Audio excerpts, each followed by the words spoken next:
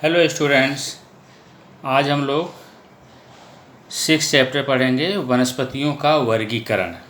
Okay, तो हम लोग पढ़ेंगे वनस्पतियों का वर्गीकरण।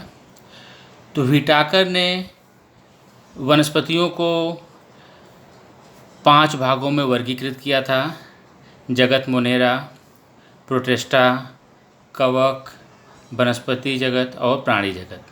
ठीक है, तो इन्होंने सजीव को 2 भागों में पहले विभाजित किया, आदि केंद्र की और दृश्य केंद्र की। ठीक है, तो आदि केंद्र की क्या है कि जिसमें केंद्रक आवरणहीन होता है, और दृश्य केंद्र की केंद्रक आवरणबद्ध होता है। ठीक है, तो इसका मतलब आदि केंद्र की में केंद्रक अथवा कोशिका अंगक स्पष्ट रूप से दिखाई नहीं देते हैं, और दृश्य केंद्र की में केंद्रक अथवा कोशिका अंगक स्पष्ट रूप से दिखाई देते हैं। तो सजीव को 2 भागों में विभाजित किया, आदि केंद्र की और दृश्य केंद्र की। तो आदि केंद्र की में आता है मोनेरा जगत, इसके अंतर्गत मोनेरा आता है। और दृश्य केंद्र की को भी इन्होंने 2 भागों में विभाजित किया, एक कोश की और बहुकोश की।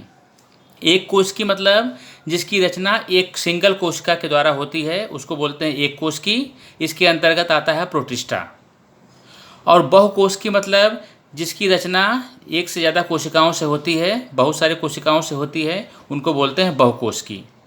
तो बहुकोशिकी को 2 भागों में विभाजित किया है, कोशिका भित्ति युक्त और कोशिका भित्तिहीन। मतलब जिसमें कोशिका भित्ति पाया जाता है वो, और जिसमें कोशिका भित्ति नहीं पाई जाती है। ठीक है, तो कोशिका भित्ति पाया जाता है जो वनस्पतियाँ होती हैं इसमें। तो कोशिका भित्ति युक्त को इन्होंने 2 भागों में विभाजित किया है, एक स्वयंपोषी, दूसरा परपोषी। स्वयंपोषी मतलब जो अपना भोजन स्वयं बनाता है। इसका मतलब इसमें क्लोरोफिल पाया जाता है, जिसके कारण प्रकाश संश्लेषण की क्रिया द्वारा ये अपना भोजन बनाता है। तो ये स्वयंपोषी हो गया, इसके अंतर्गत वनस्पति वर्ग आते हैं। परपोषी मतलब जो अपना भोजन स्वयं नहीं बना पाता है, इसका मतलब ये दूसरे के ऊपर डिपेंड होता है, इसमें क्लोरोफिल नहीं पाया जाता है, इसलिए अपना ये भोजन स्वयं नहीं बना पाता है। तो इसके अंतर्गत कौन आता है? कवक वर्गीय प्राणी। तो ये तो हो गया कोशिका भित्ति युक्त जो होते हैं। और कोशिका भित्तिहीन मतलब जिसमें कोशिका भित्ति नहीं पाई जाती, इसमें क्या पाया जाता है? प्राणी वर्गीय में। ठीक है, तो इस तरह से इन्होंने सजीव को विभाजित किया है, वर्गीकृत किया है, आदि केंद्र की और दृश्य केंद्र की में। दृश्य केंद्र की को 2 भाग में, एक कोश की और बहुकोश की। बहुकोश की में 2 भाग किया इन्होंने, कोशिका भित्ति युक्त और कोशिका भित्ति विहीन। और कोशिका भित्ति युक्त में इन्होंने स्वयंपोषी और परपोषी, इस तरह से इन्होंने सजीव को वर्गीकृत किया है। ठीक है, तो हम यहाँ आज पढ़ेंगे वनस्पति के बारे में, वनस्पति जगत का वर्गीकरण। तो वनस्पतियों में आपको पता है कोशिका भित्ति पाई जाती है। इनकी ये जो कैसे होते हैं? दृश्य केंद्र की होते हैं, और अपना भोजन स्वयं बनाते हैं, इसलिए स्वयंपोषी वर्ग में आते हैं। क्योंकि इसमें क्लोरोफिल पाया जाता है, पर्णहरित पाया जाता है, इसीलिए प्रकाश संश्लेषण की क्रिया द्वारा अपना भोजन बनाते हैं, इसीलिए इनको स्वयंपोषी कहा जाता है। वनस्पति जगत जो है ये सजीवों और अन्य सजीव जो हैं इनके लिए भोजन का प्रमुख स्रोत, सजीवों के भोजन का प्रमुख स्रोत वनस्पति जगत ही है। ठीक है, तो वनस्पतियों के वर्गीकरण का आधार क्या है? कैसे हम वनस्पतियों को वर्गीकृत करते हैं? तो वनस्पतियों के वर्गीकरण का आधार ये है कि हम पहले देखते हैं कि इसमें अंग है कि नहीं है। ठीक है, पहला कंडीशन है। दूसरा फिर देखते हैं हम कि वनस्पतियों में पानी तथा भोजन का वहन करने के लिए स्वतंत्र ऊतक संस्थान है कि नहीं है। फिर आगे हम देखते हैं कि वनस्पतियों में बीज धारण करने की क्षमता है कि नहीं है। फिर बीज इनका जो है वनस्पति का, इनका बीज फल से ढका है कि नहीं ढका है, और बीज पत्रों की संख्या कितनी है, 1 है या 2 है। तो इस आधार पर हम वनस्पतियों का वर्गीकरण करते हैं। ठीक है, तो वनस्पतियों के वर्गीकरण का यहाँ पर देखिए, वनस्पतियों का वर्गीकरण यहाँ दिया गया है।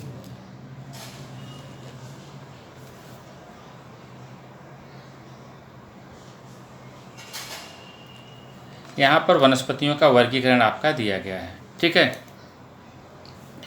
तो यहाँ पर वनस्पतियों को पहले 2 भागों में विभाजित किया गया है, अबीजपत्री और बीजपत्री। अब हम इसके बाद एक एक करके पढ़ेंगे कि क्या है कैसे। अभी यहाँ देखिए, कि अबीजपत्री और बीजपत्री दो भागों में विभाजित किया गया है। अबीजपत्री को इन्होंने विभाजित किया है थैलोफाइटा, ब्रायोफाइटा और टेरिडोफाइटा, 3 भाग में। और बीजपत्री को इन्होंने अनावृत बीजी और आवृत बीजी, और आवृत बीजी को 2 भागों में विभाजित किया है, द्विबीजपत्री और एक बीजपत्री। इस तरह से वनस्पतियों का वर्गीकरण किया गया है। तो हम एक एक करके यहाँ पढ़ेंगे कि थैलोफाइटा क्या है, ब्रायोफाइटा क्या है, टेरिडोफाइटा क्या है, अनावृत बीजी क्या है, आवृत बीजी क्या है, एक बीजपत्री क्या है और द्विबीजपत्री क्या है। ठीक है, तो हम एक एक करके पढ़ेंगे। इस तरह से वनस्पतियों का वर्गीकरण किया गया है। ठीक है, तो यहाँ पर पहले है आवृत बीजी और बीजपत्री और अबीजपत्री, 2 भागों में वनस्पतियों को विभाजित किया गया है। ठीक है, तो इस आधार पर जैसे अबीजपत्री क्या है और बीजपत्री क्या है हम यहाँ पढ़ेंगे। तो पहले अबीजपत्री में पढ़ लेते हैं कि अबीजपत्री क्या है। अबीजपत्री समूह की वनस्पतियों में प्रजनन बीजाणु की सहायता से होता है। ठीक है, इसमें प्रजनन कैसे होता है? बीजाणु की सहायता से है। इनकी प्रजनन संस्था अप्रकट होने के कारण उनके प्रजनन अंग इनके छिपे हुए होते हैं। ठीक है, तो बीजाणुओं की सहायता से इसमें प्रजनन होता है और इनके प्रजनन अंग कैसे होते हैं? छिपे हुए होते हैं। इनको हम 3 भागों में विभाजित किए हैं, थैलोफाइटा, ब्रायोफाइटा और टेरिडोफाइटा। थैलोफाइटा क्या होता है? थैलोफाइटा विभाग की वनस्पतियां जलीय होती हैं, कुछ मीठे तो कुछ खारे पानी में पाई जाती हैं। तो इसमें थैलोफाइटा में जो वनस्पतियां हैं, यहाँ पर ये थैलोफाइटा का है, थैलोफाइटा के बारे में। ठीक है, तो थैलोफाइटा विभाग की वनस्पतियां जलीय होती हैं, कुछ मीठे पानी में तो कुछ खारे पानी में पाई जाती हैं। इनमें जड़, तना, पत्तियां, फूल जैसे विशेष अंग नहीं होते। इसमें थैलोफाइटा में जड़, तना, फूल, पत्तियां ये सब नहीं होते हैं। ये स्वयंपोषी होती हैं। ओके, ये स्वयंपोषी होती हैं और इसमें अगर चूँकि स्वयंपोषी होती हैं इसलिए इसमें हरित लवक पाया जाता है, जिससे प्रकाश संश्लेषण की क्रिया द्वारा ये अपना भोजन स्वयं बनाती हैं। ठीक है, तो ये इसमें शैवाल आते हैं। शैवाल कई प्रकार के होते हैं, उनके शरीर नरम और तंतुमय होते हैं। ठीक है, इसके उदाहरण क्या हैं? थैलोफाइटा के अल्वा है, कारा है, स्पाइरोगायरा है। तो थैलोफाइटा के बारे में था कि ये जलीय होती हैं, ये कुछ मीठे पानी में पाई जाती हैं और कुछ खारे पानी मतलब समुद्र में पाई जाती हैं। इसमें जड़, तना, पत्ती, फूल जैसे अंग नहीं होते हैं और ये स्वयंपोषी होती हैं। ठीक है, ये थैलोफाइटा की विशेषता थी। अगला है ब्रायोफाइटा। ब्रायोफाइटा में क्या है कि ब्रायोफाइटा समूह की वनस्पतियां जो उभयचर होती हैं। ठीक है, क्यों? क्योंकि इसमें नम मिट्टी में वृद्धि होती है और इनके प्रजनन के लिए इनको पानी की आवश्यकता होती है। ठीक है, ये वनस्पतियां निम्न स्तरीय, बहुकोशिकीय तथा स्वयंपोषी होती हैं। निम्न स्तरीय, बहुकोशिकीय और स्वयंपोषी होती हैं। बीजाणुओं की सहायता से इसमें प्रजनन होता है। इनकी शारीरिक रचना जो है वो रिबन या फीते जैसी होती है। ठीक है, मूल रूप से पाई जाने वाली जड़, तना, पत्ती नहीं होती इसमें। इनमें पत्तियों जैसी रचना होती है और जड़ों की जगह जड़ों जैसे अंग पाए जाते हैं, जिसको मूलाभ कहते हैं। ठीक है, तो पानी तथा भोजन के संवहन के लिए विशेष ऊतक इसमें नहीं होते हैं। तो ये क्या था? ब्रायोफाइटा। इसके अंतर्गत आता है प्लूनेरिया, मर्केंसिया और एंथ्रासिरास, ये इसके अंतर्गत आते हैं, इसके उदाहरण हैं। अगला हम पढ़ेंगे टेरिडोफाइटा।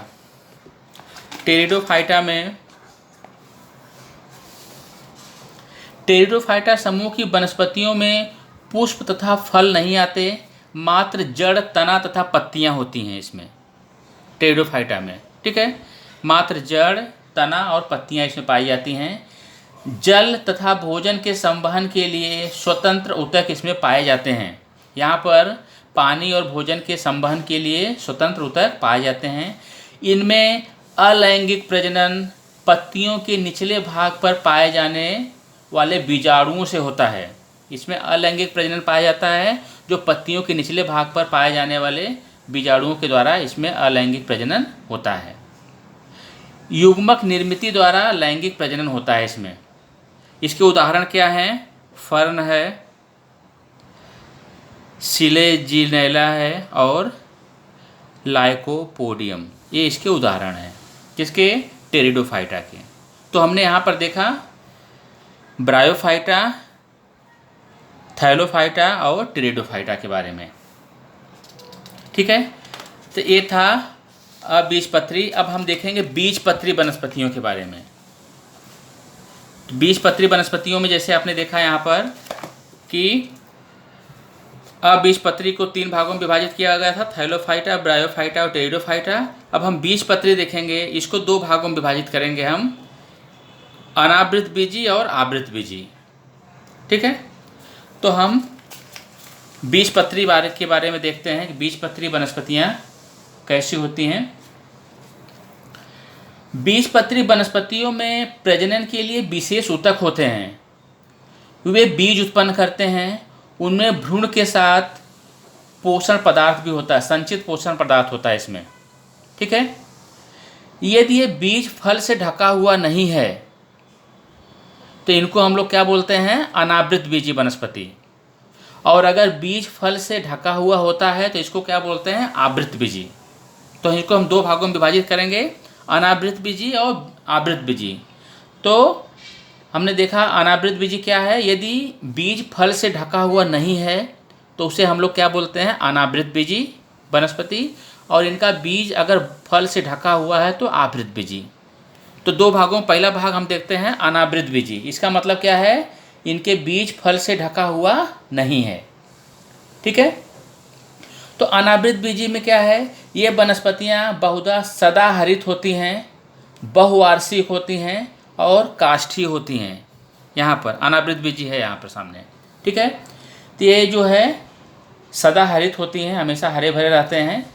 ये बहुवार्षिक होती हैं और काष्ठीय होती हैं। इन वनस्पतियों के तनों की शाखाएं नहीं होती, इसमें ब्रांचेज नहीं होती हैं। पत्तियां मिलकर चक्रीय मुकुट का निर्माण करती हैं। यहाँ पर देखिए चक्रीय मुकुट का निर्माण हो रहा है। ठीक है, इनमें नर तथा मादा फूल एक ही वृक्ष के अलग अलग बीजाणु पर्ण पर होते हैं। इसमें नर और मादा एक ही वृक्ष में अलग अलग बीजाणु पर्ण पर होते हैं। अनावृत बीजी वनस्पतियों के बीज पर प्राकृतिक आच्छादन नहीं होता, अर्थात इनके बीज आवरण रहित होते हैं। ये फल धारण नहीं करते हैं। तो एक इसके बारे में था, अनावृत बीजी वनस्पति के बारे में। नेक्स्ट हम देखेंगे अगला आवृत बीजी वनस्पति। ठीक है, तो आवृत बीजी वनस्पति क्या है? जैसे हमने इसके पहले बताया था आपको कि अगर बीज ढका हुआ है तो इसको हम आवृत बीजी वनस्पति कहते हैं। इसका मतलब इनमें बीज क्या होता है? ढका हुआ होता है। इन वनस्पतियों के सभी अंग होते हैं, इनमें सभी अंग होते हैं। ठीक है, इन वनस्पतियों के सभी अंग होते हैं। फूल इनके प्रजनन का अंग है। इसमें प्रजनन किसके द्वारा होता है? फूल के द्वारा होता है। इनके अंग प्रजनन के क्या है? फूल। फूलों का रूपांतरण फलों में होता है तथा फलों के अंदर बीज की निर्मिति होती है। आवृत बीजी वनस्पति के बीजों पर फलों का आवरण होता है।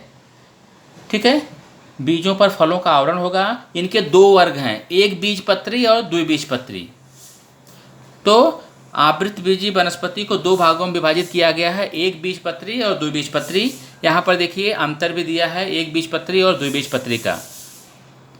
द्विबीजपत्री क्या है? जिनके बीज में 2 बीजपत्र होते हैं उनको 2 बीजपत्री बोलते हैं। और एक बीजपत्री क्या है? कि बीज के 1 बीजपत्र होते हैं। पहला अंतर हो गया। अब जड़, द्विबीजपत्री जो वनस्पतियाँ हैं इनकी जड़ें कैसी होती हैं? मूसला जड़ें होती हैं इसमें। और एक बीजपत्री वनस्पति जो है इनकी जड़ कैसी होती है? तंतुमय जड़ या रेतेदार होती है। ठीक है, तो जड़ के आधार पर अंतर देख लिया।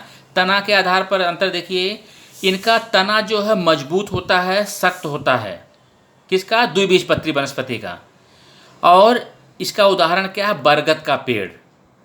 और एक बीजपत्री का तना कैसा होता है? खोखला होता है और आभासी होता है। ठीक है, इसका उदाहरण क्या है? बांस, केला और प्याज। पत्ती, इसकी जो द्विबीजपत्री वनस्पतियां हैं, इनकी पत्ती जालीदार शिराविन्यास द्वारा होती हैं, जालीदार शिराविन्यास। और एक बीजपत्री वनस्पति का समांतर शिराविन्यास होती है। जैसे जालीदार शिराविन्यास आपने बरगद या पीपल का पत्ता देखा होगा। अगर उसको आप सूखने के लिए छोड़ दें, बाद में देखेंगे जब सूख जाएगा उसकी शिराविन्यास का जाली जैसा होता है, पूरा जाली जैसा दिखेगा आपको।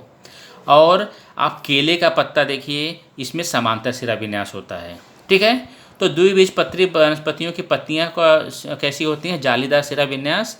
और एक बीजपत्री वनस्पतियों की पत्तियां कैसी होती हैं? समांतर शिराविन्यास है। यहाँ पर देखिए, द्विबीजपत्री जो वनस्पति होती है, उनके फूल जो है उनके 4 या 5 भाग होते हैं। फूलों के 4 या 5 भाग होते हैं। और जो एक बीजपत्री वनस्पति होती हैं, इनके फूलों की पत्तियां जो होती हैं, इनके 3 आवृत्ति होती है, इसमें 3 भाग होते हैं इसमें।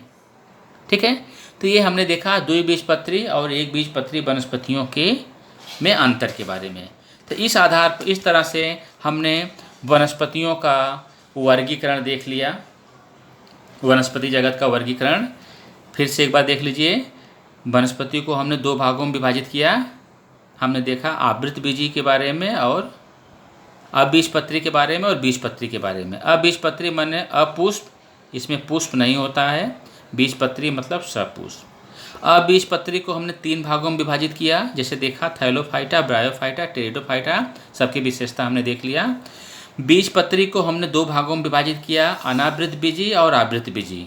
इसके बारे में भी हमने इसकी विशेषता देख लिया। ठीक है, और आवृतबीजी को हमने 2 भागों में विभाजित किया, एक बीजपत्री और द्विबीजपत्री। इस तरह से हमने वनस्पति जगत का वर्गीकरण किया। Thank you.